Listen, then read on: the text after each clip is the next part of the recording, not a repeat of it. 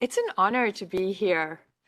I was giving a talk on women in leadership a couple of months ago at a bank, and the women at this bank were saying, actually, nothing's changed. And I had one of these moments of despair where I was like, no, things have changed. The needle has moved. Right? And the proof of that is 3 weeks ago, I was in a recruitment talk for a young faculty member who was going to join us in the accounting school. And I said to him, how's the job search going? And he was like, it's terrible. I'm being discriminated against. They only want women. And I stopped and I just looked at him and I was waiting for the penny to drop. It didn't drop. So I moved on and made a couple of notes on my recruitment binder. And I thought, interesting. Have you just thought about who you were talking to and who your audience is? But never mind. That's just the proof that the needle has moved. So Christine today asked me to talk about new models of leadership and what are we seeing in the leadership space. And I'd like to say nothing new. Because if you've been in this space as long as I have been, everything that is authentic leadership, servant leadership, I don't know if you remember those words from the 80s, all the books, Greenleaf and so on, it's just come back. We kind of forgot it. And you know, some of these trends are a bit like the lollipop flavor, right? They come back and they go and they come back. So nothing much, but a couple of significant things have happened in the past 3 years.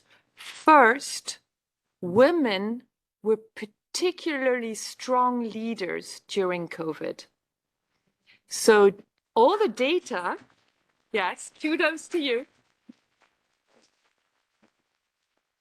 All the data coming out of that period showed that they outperformed men on 84% of the competencies measured.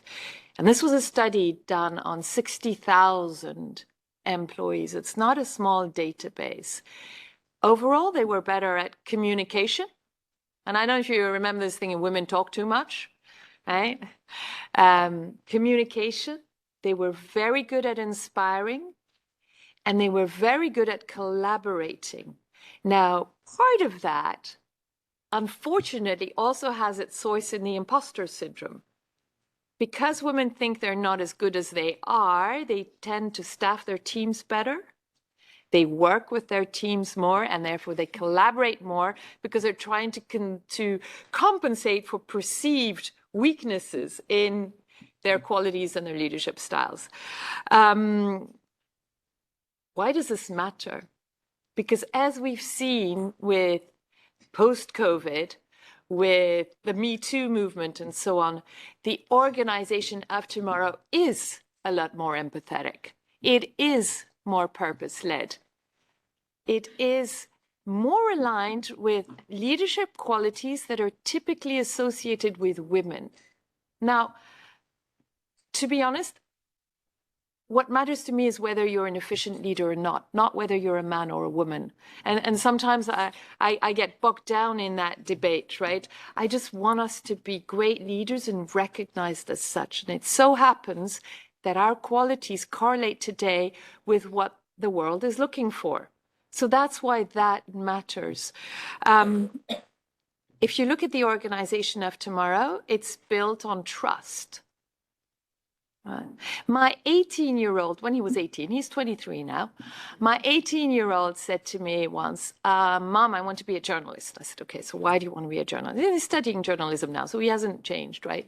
And he said, well, because my generation grew up on fake news and it's about time we told the truth. It's like, ooh. Truth is a very big concept, right? So good luck on that journey. But I think there is really that pursuit of authenticity, of truth. One of the beautiful things with COVID is we actually saw people's homes, right? The cat walked across the screen. The kids were screaming in the background. Some people had art collections, whatever. But we brought closer the private and the professional. And I think that's that first step in that journey that we're all taking towards these more empathetic human organizations. And it enables everything else. Trust enables speed. Trust enables flexibility. Trust enables imagination, experimentation, failure, trial and error. Trust enables human centricity. Right? All of these things that we need to be competitive in the future.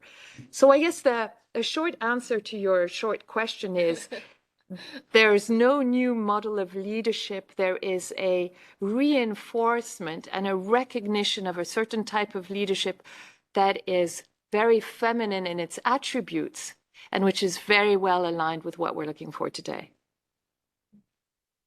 Fantastic. Thank you so much. Yeah. I want to then ask you also a little bit more, because there is a lot of talk now on purpose-led businesses, as you say, and how can one that is not using those terms, let's say, or not in that, what's the best advice to get to that? So that's a very broad question. I think every organization was founded originally with a purpose. Right? So sometimes it's just going back to what was your purpose? Why did you join that company? Why did you launch that company? And how do you create commitment instead of compliance? So it's really about how do I bring people along a journey? And that's why that inspiration piece that is very strong in women is important. Because I think we've always been purpose-led individuals. And sometimes these purposes were positive, sometimes they were negative, but we're definitely purpose-led. So it's about, do your values, does your purpose in life align with that of the organization that you're joining? Yeah, this is very interesting. How do we align? I don't know if I'm hearing. Also, we were talking about how everything is interconnected now. We have like this, everything sort of seemed to be interconnected, and we need to look at things also from those perspective of ecosystem and so on. How can one also train to be like that, given you are a dean also of executive education and business school? So I think everything that is mega trends, everything that is keeping our eyes open on the horizon is a lot more possible today because we have access to it on our phones. It's about the quality of what we read, our open-mindedness, because with that breadth of information comes also the desire to filter and read only what we want to read.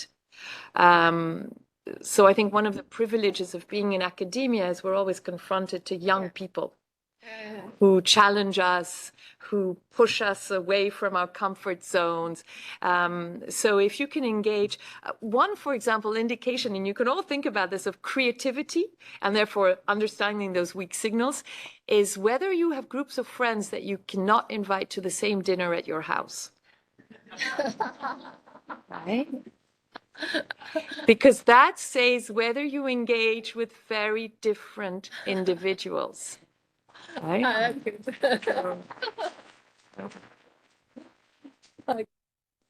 Thank you so much. That was, yeah.